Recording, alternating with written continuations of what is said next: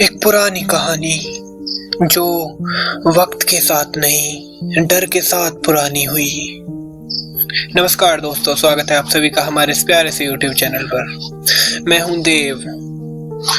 साल 1949 की बात है। भारत को आजादी मिले 2 वर्ष बीत चुके थे, पर गांव में वक्त अब भी बैलगाड़ी की रफ्तार से चल रहा था। रेडियो हर घर में नहीं था और रात को जब पूरा गांव सो जाता था तब कहीं कहीं से ढोलक या उल्लू की आवाज आती थी। पूर्वी उत्तर प्रदेश का एक छोटा सा गांव था रामगढ़। वहां एक स्कूल मास्टर रहते थे, हरिशंकर बाबू। धोती कुर्ता, सर पर टोपी और हमेशा साथ में एक पुरानी लालटेन रखते थे। उनकी एक ही बेटी थी, लता, जो खिड़की पर बैठकर शाम को कबूतरों को दाना डालती थी और फिर अपने बॉक्स में रखी पुरानी चिट्ठियां पढ़ा करती थी। कहा जाता है ये चिट्ठियां उनके मंगेतर राजवीर की थी, जो 1947 के दंगों में कहीं खो गए। न उनका शरीर मिला और न उनकी खबर, पर लता को यकीन था कि राजवीर जिंदा है और एक दिन वापस लौटेगा, बिल्कुल उसी तरह जैसे पुरानी डाक से कोई खोया हुआ खत अचानक मिल जाता है।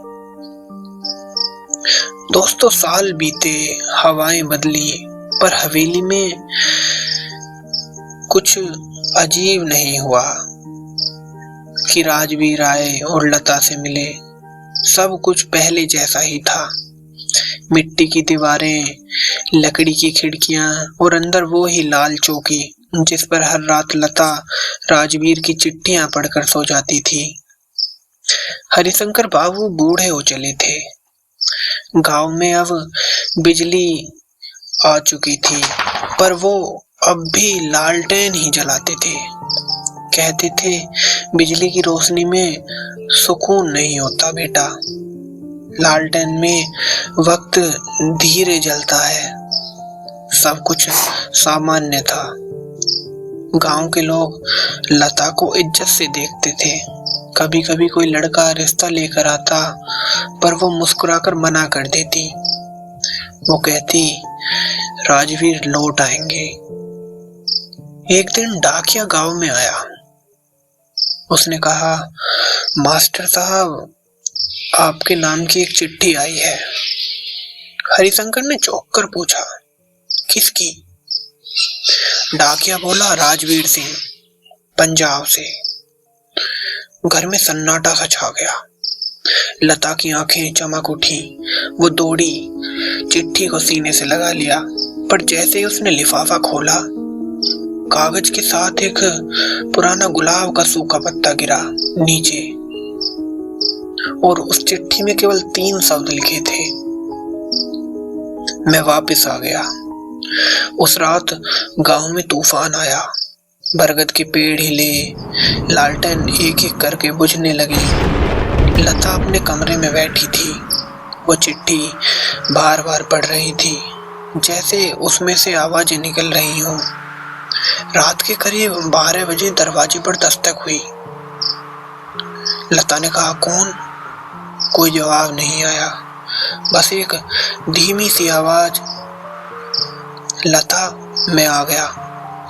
वो दौड़ी, दरवाजा खोला, पर बाहर कोई नहीं था। सिर्फ मिट्टी में गिरे हुए कुछ फूल और किसी के गीले पैरों के निशान जो आंगन से होकर उसके कमरे की तरफ जा रहे थे।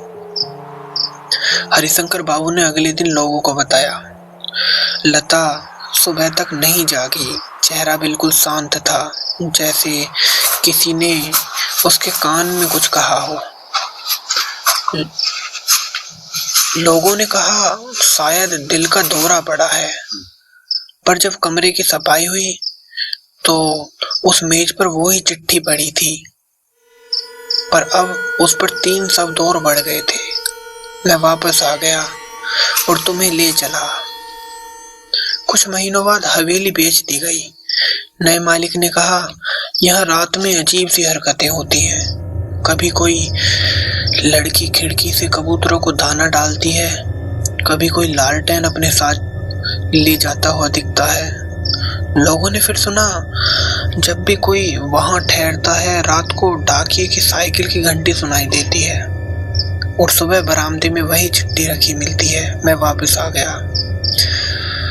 अब भी जब कोई पुरानी चिट्ठी डाक से देर से पहुंचती है तो गांव के बूढ़े लोग मुस्कुरा देते हैं, शायद वो राजवीर की चिट्ठी होगी। दोस्तों, हर चिट्ठी सिर्फ कागज नहीं होती। कुछ चिट्ठियां रूहें लेकर चलती हैं और जब वो पहुंचती हैं तो कोई ना कोई साथ ले जाती है। धन्यवाद दोस्तों। अगर आपको ये कहानी